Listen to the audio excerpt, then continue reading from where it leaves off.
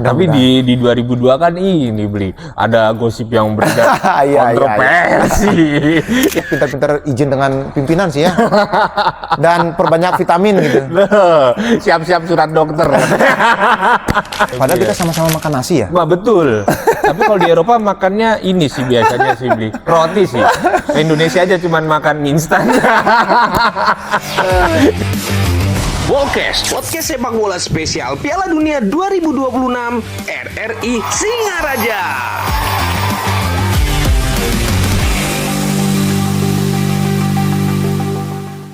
Balik lagi di Bolkes, podcast sepak bola RRI Singaraja bareng aku Wira. Dan kali ini aku mau ngebahas seputar Piala Dunia yang bentar lagi nih.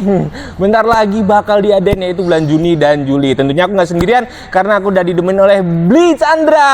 Oh, Bli. Oke Bli, kita mau ngebahas seputar Piala Dunia nih. Iya. Menurut Bli sendiri gimana nih? Piala Dunia yang akan digelar di Amerika Serikat, Kanada dan Meksiko ya. Gimana menurut Bli? Kan banyak nih yang baru-baru nih. Ya. Peraturan lah atau sistemnya lah gitu. Ya. Piala Dunia edisi 2026 ini memang berbeda dari edisi sebelumnya ya. Betul.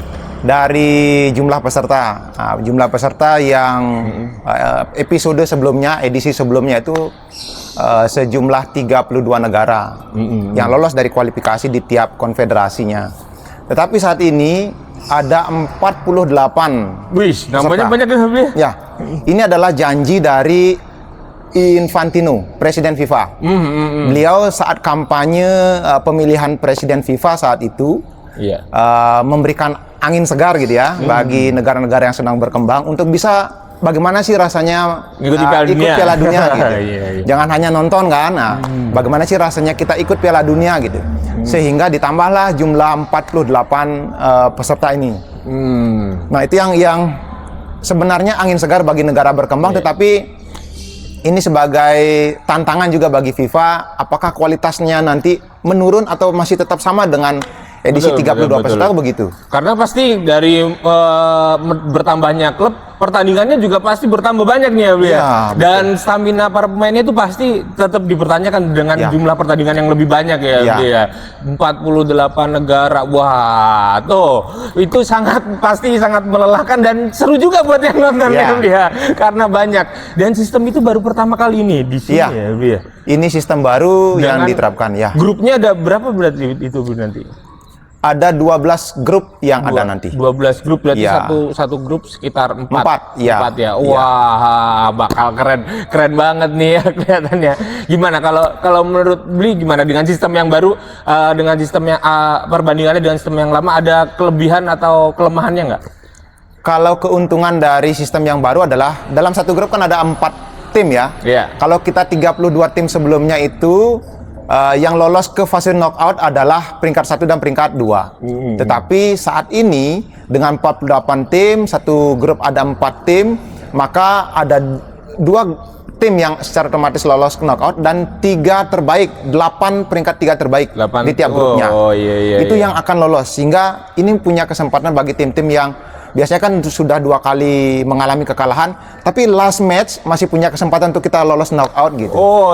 Berarti nanti di grup itu, bahkan dari level grup ya. Di pertandingan terakhir pun masih seru ya. Karena ada peringkat 3 terbaik gitu ya. 8 grup peringkat 3 terbaik gitu. 8 peringkat 3 terbaik. 8 peringkat 3 terbaik dari 12 grup ya. Berarti 32 yang masuk knockout. Betul. Wih, tambah rame, tambah panjang gitu ya. Dan penonton tambah panjang untuk nonton bola kan gitu. Itu kalau untuk durasi jeda pertandingannya lama nggak, Bi? Sama, karena dengan jumlah stadion yang disiapkan oleh 3 negara ini, jeda atau recovery setiap tim hampir sama dengan edisi sebelumnya. Sehingga penunjukan 3 negara ini yang menyebabkan proses recovery atau frekuensi recovery tim masih sama. Hanya yang membedakan begini. Apabila finalis edisi sebelumnya itu maksimal 7 pertandingan mereka lakoni, tetapi yang edisi hari ini 8 pertandingan pasti dilakoni. Karena begini, penyisihan akan 3 match. Lolos 32 besar, lolos 16, lolos 8, lolos semi, final 8 match. Jadi kalau sebelumnya kalau mau jadi juara kan 7 match. Sekarang 8 match. Ya butuh effort lagi lah. Oh gitu ya, tapi tetap jedanya tetap sama ya? Masih Bisa sama. mengatur gitu ya? Masih. Mungkin stadion yang lebih banyak yang disiapkan yang menyebabkan hal itu. Iya. Wih, keren tuh. Pasti bener-bener sangat ditunggu nih karena banyak baru bener-bener perdana nih 48 tim. Ya. 3 negara yang menyelenggarakan secara langsung. Ya. Apalagi kita melihat banyak drama-drama sebelum ini menjelang ini ya, menjelang Piala Dunia ada yang katanya mau mengundurkan diri, ya kan? Bli, yang katanya ini mau diganti sama negara ini, itu gimana Bli? Ya. Ini menarik ya. Iya.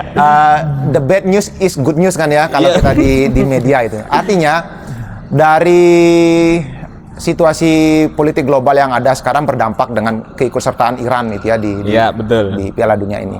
Tentu ini memunculkan spekulasi. Ada yang bilang ada playoff lagi antara di Eropa dengan di Asia. Ada khusus Asia saja yang playoff. Nah, ini menjadi bola liar gitu ya. Tetapi seandainya itu terjadi gitu, memang benar ada playoff, kemudian ada sesuatu yang diuntungkan. Ini kans Indonesia sebenarnya. Iya benar. Ini Indonesia ada kesempatan untuk mengambil slot itu, sehingga kita bisa tidak hanya menjadi penonton gitu ya. Kita bisa sama-sama. Itu bukan, maaf ya beli aku potong, bukannya yang peringkat 2-nya yang diambil, bukan? Karena kemarin peringkat 3 kualifikasi lagi. Enggak, peringkat 3 terakhir itu kan yang masih beredar ini. Ini masih berita yang beredar di masyarakat bahwa tiga di round 5 kemarin itu akan diadu. Nah, sehingga ini yang menyebabkan masih debatable memang. Ini kan masih bola liar. Apakah benar kita tunggu dari FIFA rilis yang resmi kan begitu. Karena terakhir kemarin infonya Iran mau minta pindah negara. Maksudnya dalam artian dia nggak mau main di Amerika Serikat, ya kan? Tapi belum ada putusan finalnya. Rilis resmi dari FIFA sih belum ada. Tetapi itu mudah-mudahan tidak terjadi gitu ya. Bagaimanapun sepak bola harus bisa menyatukan semua gitu kan. Betul. Dengan jargonnya football is unity kan gitu kan. Mudah-mudahan bisa. Jangan dicampur adukan lah antara politik dengan sepak bola gitu ya. Terus ada sistem baru apa lagi? Mungkin dari pertandingannya ada yang dilakukan, ada perubahan atau ada sesuatu yang baru nggak? Ya. Kalau dari sistem sih secara umum begitu. Tapi yang menjadi tantangan selanjutnya begini. Ini diprediksi pelaksanakan di bulan Juni-Juli ya. Kalau edisi sebelumnya itu di Qatar, itu pagelaran di bulan Januari, di musim dingin. Tapi di Piala Dunia sebelum Qatar juga masih sama di bulan Juni-Juli, di musim panas kan gitu ya.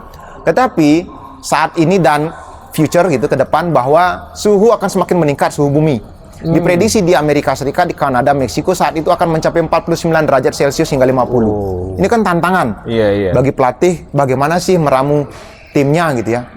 Terlepas dari negara-negara Arab mungkin diuntungkan, negara-negara Amerika diuntungkan, dan negara yang di Amerika, benua Amerika betul. yang tropis lah, panas ya. Adaptasinya nggak terlalu banyak ya, kecuali yang Eropa. Kemudian ada yang Eropa Utara itu kan yang dekat kutub itu yang membutuhkan adaptasi yang panjang. Itu tantangan. Ini adalah musim panas yang mungkin terpanas gitu, musim panas yang terpanas. Kemudian yang beda kembali adalah bagaimana menjaga kualitas ini. Karena kalau 32 peserta, otomatis ini adalah margin gap dari kualitas mereka nggak terlalu jauh. Betul. Sedangkan ini banyak debutan. Surasau yang pernah kita kalahkan di Indonesia lolos. Kemudian ada tidak berarti melemahkan atau mengecilkan tim yang lain. Kongo, betul. Banyak negara-negara yang debutan, jangan-jangan mereka menjadi inferior, kemudian jadi membungkul. Mudah-mudahan tidak terjadi gitu. Ini tantangan dengan 48 negara. Mudah-mudahan gapnya tidak terlalu jauh gitu. Betul. Tetap kompetitif lah gitu. Takutnya gitu ya. Jadi akhirnya ada pertandingan-pertandingan yang akhirnya tidak difavoritkan gitu. Oh, ini udah ketahuan pemenangnya ini nih, pemenangnya ini. Kalau dari pertandingannya sendiri Bli, katanya ada sistem mau water break. Itu bener nggak? Itu gimana misalnya? Katanya durasinya akan lebih panjang dari water break yang biasanya gitu. Bener nggak itu Bli? Jadi water break ini memang menjadi sebuah hal yang wajib sekarang di bola. Oh, wajib sekarang? Wajib. Bukan karena di sana panas gitu? Bukan, ini hal yang wajib. Dengan pertimbangan begini, sepak bola saat ini sudah intensitas meningkat terus tiap dekade. Saya sampaikan hasil riset ya. Di Piala Dunia 2006, rata-rata pemain itu berlari sejauh 10 km. Tapi 2022 kemarin di Qatar itu, pemain rata-rata berlari sejauh 13 km. Artinya apa? Mereka intensitas larinya tinggi dan jauh begitu. Sehingga ini membutuhkan hidrasi pemain agar tetap konsisten bisa 90 menit kan begitu. Sehingga ini yang menyebabkan entah itu nanti di suasana panas, di cuaca panas, di cuaca dingin, itu wajib menjadi hal yang tidak boleh tidak dilakukan. Sehingga di menit 30 mereka akan dipanggil untuk melakukan water break ya. Iya, water break. Sehingga kualitas permainan nggak akan menurun gitu. Betul, jadi betul. Infotainmentnya ada, entertainmentnya ada gitu. Kemudian sportifnya juga masih terjaga. Iya, gitu. dan tentunya tetap sponsornya tetap masuk. Ya. Jadi 1-2 menit kan lumayan itu. Iya, karena di water break nanti kan yang beredar di media sosial gitu. Iya. Wah, ini awalnya dikomersilkan kecil, ini. Awalnya kecil di sudut, jadi dibesarkan. Dibesarkan karena pas water break. Ya, betul. Oke, Be, aku mau ngebahas ini deh. Yang beberapa tahun terakhir tentunya merajai sepak bola dunia ya. Ini ya dua sosok nih, pasti tahu lah. Ronaldo dan Messi ya. Ini bisa menjadi last dance mereka berdua nih. Bener nggak, Bli? Bener. Karena menginjak usia mereka tuh udah 40-an kan, Bli? Betul. Gimana tanggapannya, Bli? Ya, ini mereka ini adalah manusia yang spesial gitu ya, dan rasanya sulit untuk dipecahkan ini. Betul. Karena ini adalah kalau tidak salah 5 edisi Piala Dunia mereka ikuti ya. Saya ingin sharing nih berkaitan dengan Ronaldo dan Messi, kenapa masih bisa eksis sampai di top perform. Mereka dengan disiplin yang lumayan bagus, ada proses pengukuran. Usia kronologis mereka memang 40 tahun. Tetapi usia biologis mereka itu hanya 28,7 tahun. Woi, gitu ya? Ya, ada proses measurement pengukuran menggunakan body composition analysis. Diukur usia kronologis berapa. Kemudian diukur berapa sih usia biologis kita, sel kita. Diukur. Ternyata Ronaldo itu 28,7 tahun usianya. Sehingga ya tidak salah mereka masih bisa kompetitif. Masih bisa top perform ya. Iya, tidak salah begitu. Nah, ini adalah manusia yang langka benar, spesies ini langka. Sehingga ini yang menjadi daya tarik yang tidak bisa kita hindari. Betul. Messi dan Ronaldo, mudah-mudahan masih kita bisa lihat nanti sampai di 8 besar lah. Saya berharap itu. Jadi yang belum tahu Messi dan Ronaldo masih bisa lihat. Masih bisa. Walaupun sekarang ya nggak bisa dipungkiri ya, performanya udah nggak seperti dulu lagi ya, Blia. Maksudnya dalam artian dulu kan mereka bisa bermain 90 menit dengan tenaga yang sekarang kan udah berkurang. Ada kemungkinankah mereka tetap akan diturunkan 90 menit atau tidak, Bli? Oke. Perlu saya sampaikan bahwa sebenarnya kalau kita lihat performan analisisnya mereka tidak berbeda. Dari intensitas bermain, artinya dari 1 menit sampai 90 menit tidak berbeda. Dari pengukuran heart rate mereka, jarak lari mereka, distance jarak mereka berlari, tidak berbeda. Yang berbeda cara mereka bermain yang berbeda, sehingga mereka masih kompetitif. Contoh ya, gimana? Ronaldo mereka bermain di winger dulu kan? Ya, betul. Dengan Messi main di winger, cutting inside, selesai. Tapi sekarang apa? Messi menjadi false nine kadang-kadang. Ronaldo menjadi target man di posisi 9. Nah, itu yang menyebabkan. Selain mereka punya riwayat cedera. Ronaldo kan sempat cedera lutut, sehingga dia tidak dianjurkan untuk bergerak seperti Ronaldo yang dulu. Sehingga dia harus menjadi target man dengan kualitas shootingnya, finishingnya yang bagus. Sehingga dengan satu kali sentuh bola udah kena target. Messi pun sama, nggak mungkin dia akan lihat, pasti dia akan bagi bola. Ibarat jadi playmaker, kadang jadi false nine. Nah, itu yang dirubah karakternya, tetapi dia akan tetap bisa bermain 90 menit. Nah, itu ya kehebatan dari para pelatih beserta analisisnya mereka. Tapi mereka tetap akan menjadi daya tarik tentunya ya. Saya yakin mereka akan jadi mentor, kemudian menjadi pesaing rising star ya. Seperti Yamel gitu ya di Spanyol. Dia akan menjadi ya warna yang tidak akan pudar gitu ya di antara warna-warna baru yang muncul Piala Dunia. Saya yakin itu. Ya, karena beliau udah membahas itu Lamine Yamal, aku juga mau sekalian tanya deh, siapa kira-kira nih the next yang akan bersinar di Piala Dunia 2026 nih? Ya, salah satu itu. Ada lagi? Mudah-mudahan sih kan seperti banyak sih. Kita tahu kan pemain-pemain Prancis, Portugal. Kalau Mbappe siapa yang nggak tahu ya? Iya, betul. Tetapi saya berharap bukan berarti saya baru pakai baju Brasil, saya penggemar Brasil, enggak. Vinicius ingin. Iya, Vini Junior itu mudah-mudahan bisa menggendong teman-teman yang lain. Karena kita lihat terakhir uji coba Brasil lawan Jepang ya, kalah. berat loh. Begitu Vini keluar, berat loh kan. Itu yang saya bilang. Jangan sampai Rising Star ini membawa tugas menggendong timnya gitu.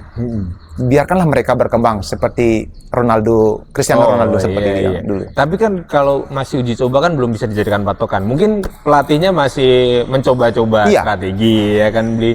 Lah semisal ketika main beneran mungkin kan udah serius lah gitu. Mungkin Vini bisa menjadi solusi gitu. Iya. Kalau di Brasil kelihatannya banyak, bukan cuma Vini ya beli.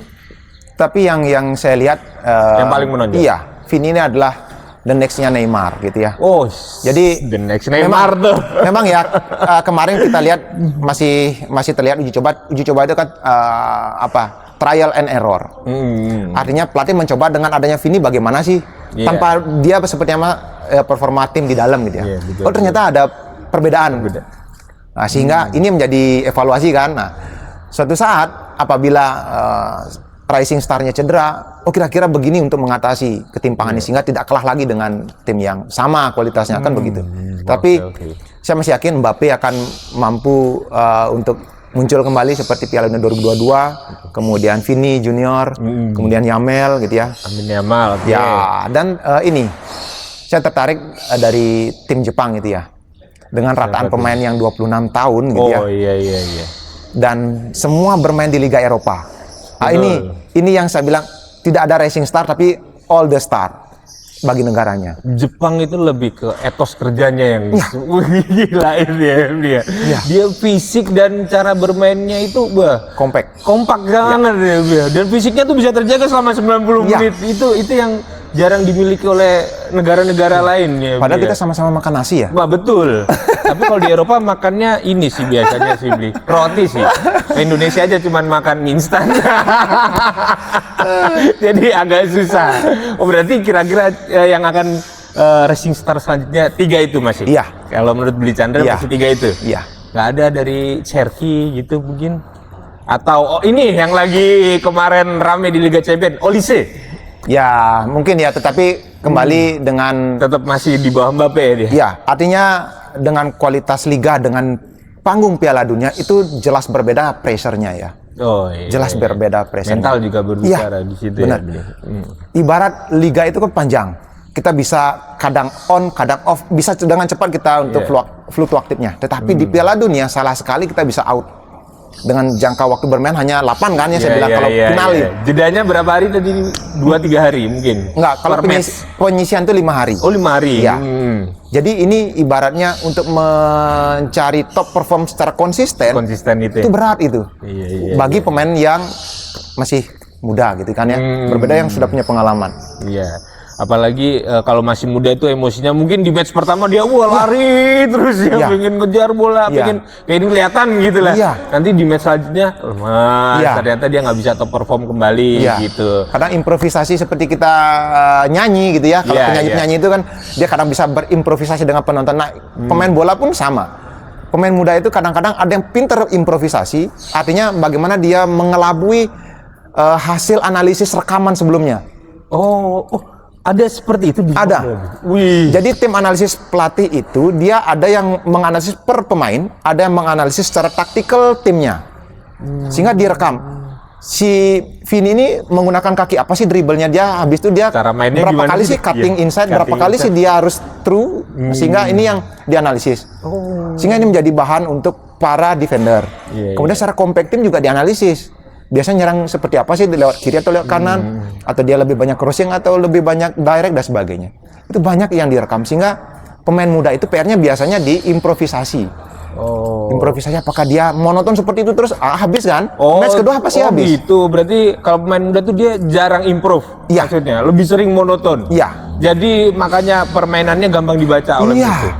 Akhirnya tahu sehingga yang membedakan Mbappe dengan pemain junior yang lain yang Rising Star sebelumnya, Mbappe itu punya kecerdasan yang bisa improve terhadap apa yang biasa Mbappe lakukan gitu.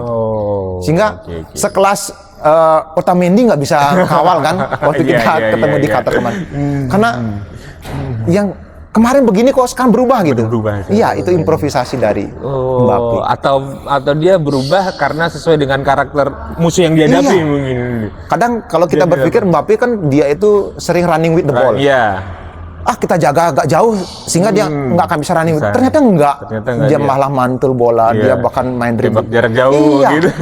Itu yang sesuatu yang sulit dibaca oleh pemain bertahan. Berarti tetap Mbappe, Vini sama Lamine Yamal diangkat. Kalau Lamine sendiri gimana, Bro? Ini spesial, khas Spanyol gitu ya. Betul. Melankolis lah kita bilang. Ini kalau menurut aku, Lamine itu orang Spanyol tapi mainnya mirip-mirip Messi nih dia. Betul. Bisa gitu gimana kalau budaya Latin yang menyebabkan itu ya. Iya. Jadi antara Amerika Latin dengan Spanyol itu kan hampir sama. Ada similarnya dia. Sehingga dari budaya muncullah bagaimana karakter bermain gitu. Sehingga itu yang menyebabkan kemiripan. Sehingga orang-orang Argentina, Messi kan sangat nyaman bermain di Liga Spanyol karena kulturnya hampir sama. Kultur itu kan mempengaruhi cara bermain tim. Betul. Coba bayangkan Messi bermain di Liga Inggris. Bahkan kan di Liga Perancis pun nggak terlalu betul. Kulturnya berbeda. Kalau Perancis masih dia ke Eropa dan Afrika strong, power.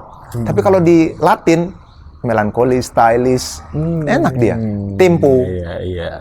Sehingga itu yang menyebabkan Messi dan Lamine masih mirip-mirip ya. Dan flashing-flashingnya itu Lamine Yamal itu sangat berbahaya. Gimana? Sesuai dengan cara bermain timnya. Jadi tim Spanyol itu kan tempo, pegang bola selama mungkin. Ball possession. Iya, betul. Oke, Bli, aku juga mau tanya nih. Mungkin banyak nih teman-teman yang pada penasaran juga. Jagoan kalau dari Bli Chandra apa nih? Nggak usah jagoan dulu deh, gini aja deh. Bli Chandra memprediksi yang masuk 8 besar kira-kira.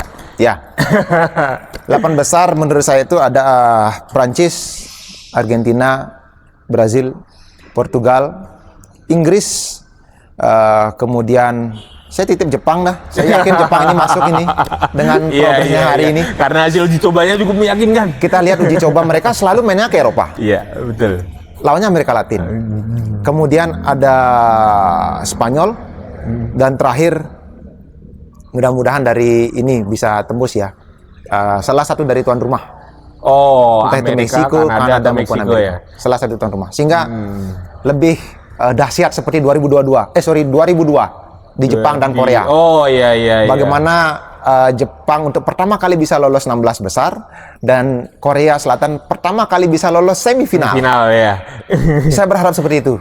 Tuan rumah bisa melangkah lebih jauh. Tapi di 2002 kan ini Bli ada gosip yang beredar kontroversi.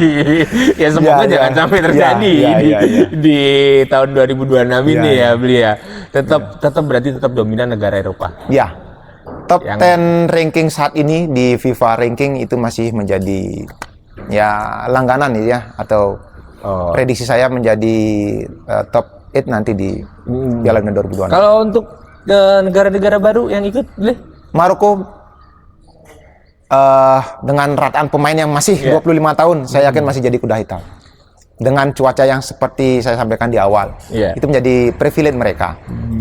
Kemudian pendatang baru dari Afrika, ini yang susah untuk ditebak karena mereka powerful. Bermain di Liga Prancis, bermain di Liga Inggris gitu ya. Kemudian Belanda ini ibarat apa ya, juara tanpa mahkota masalahnya. Susah ditebak. Kalau kita lihat, mohon maaf dengan para semua penggemar Belanda. Kalau kita nonton enak Belanda itu, enak sekali. Dari tahun ke tahun enak kita tonton. Tetapi kok susah ya tembus itu. Apa ada kutukan saya nggak tahu. Sehingga ini yang barangkali mudah-mudahan bukan sebagai pendatang baru tapi bisa dobrak lah dari prediksi saya yang 8 besar tadi itu bisa mudah-mudahan Belanda naik gitu ya. Salah prediksi saya. Jadi Belanda naik. Pendatang baru selanjutnya dari Asia. Itu saya. Mereka itu kan tinggalnya di Asia tapi posturnya Eropa Timur. Betul. Kuat, tinggi, powerful sih ya. Yes, Uzbekistan itu kan pecahan dari Uni Soviet dulu ya. Kemudian ada Rusia, Uzbekistan, Kazakhstan dan sebagainya. Nah, ini menjadi kuda hitam selanjutnya Uzbekistan ini. Dari kalau kita lihat dari kelompok usia Uzbekistan itu ikut Piala Dunia semua. Kenapa sekarang seniornya? Nah, mungkin ini menjadi titik awalnya mereka untuk konsisten dari junior sampai di senior. Regenerasinya ya. Dia pengelolaan dari usia dininya itu ya benar-benar jalan berarti ya. Di Piala Asia tidak pernah absen dari semua kelompok usia. Piala Dunia pun sama. Sekarang seniornya lolos Piala Dunia.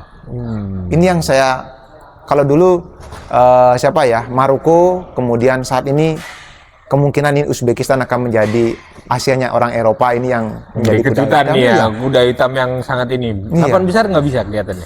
Masih susah. Panjang sekali. Habis 3-2, siapa tuh? Ini kan kalau sudah knockout, undian knockout, kemudian ini kan ada nuansa keberuntungan juga kan, kita ketemu siapa kan gitu ya.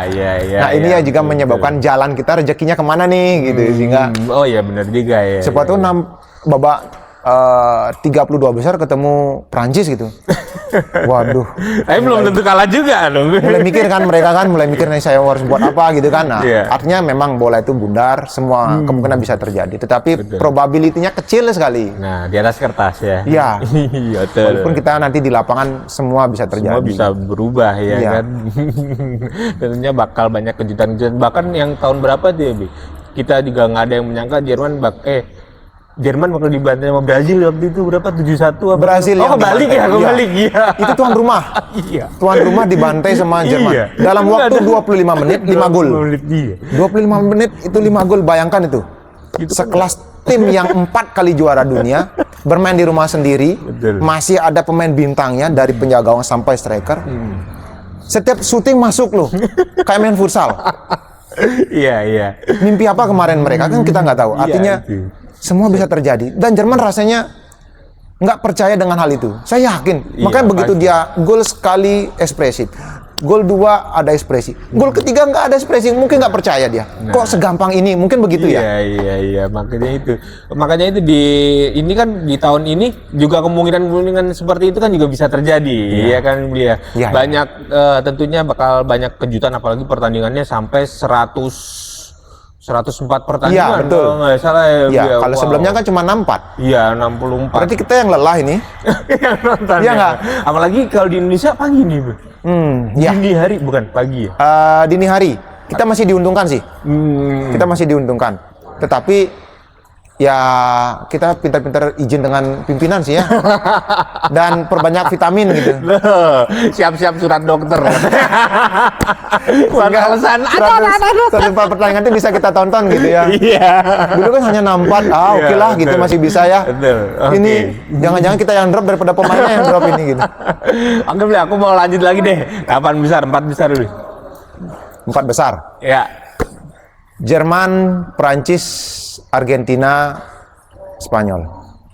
Masih ya apa? Nggak ikut beli. Ya itu gendong sendiri masalahnya. Berat. Dia masih menganggap kalau Brazil itu cuma digendong sama Vini. Iya. Dan bola sekarang sudah berubah ya. Iya. Kalau dulu masih lah ball possession merajai. Jogobon itu masih merajai, tapi sudah ada obatnya gitu ya. Siapa yang nggak kenal Spanyol dari 2008 sampai 2012. 2014 dipatahkan. Kemudian bagaimana hebatnya progresif attacking yang dilakukan oleh Jerman. Terpatahkan.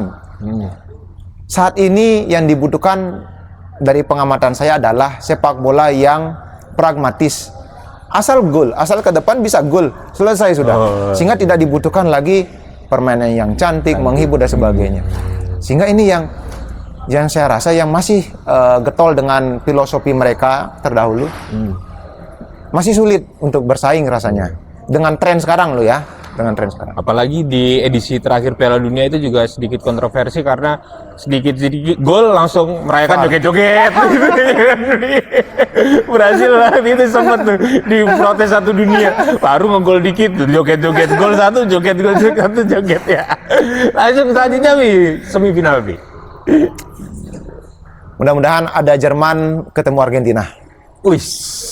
Itu bakal seru tuh. Iya. Jerman, Argentina, kemudian Argentina. Spanyol akan ketemu Prancis. Wah, ini kalau bener nih dipotong nih pasti nih.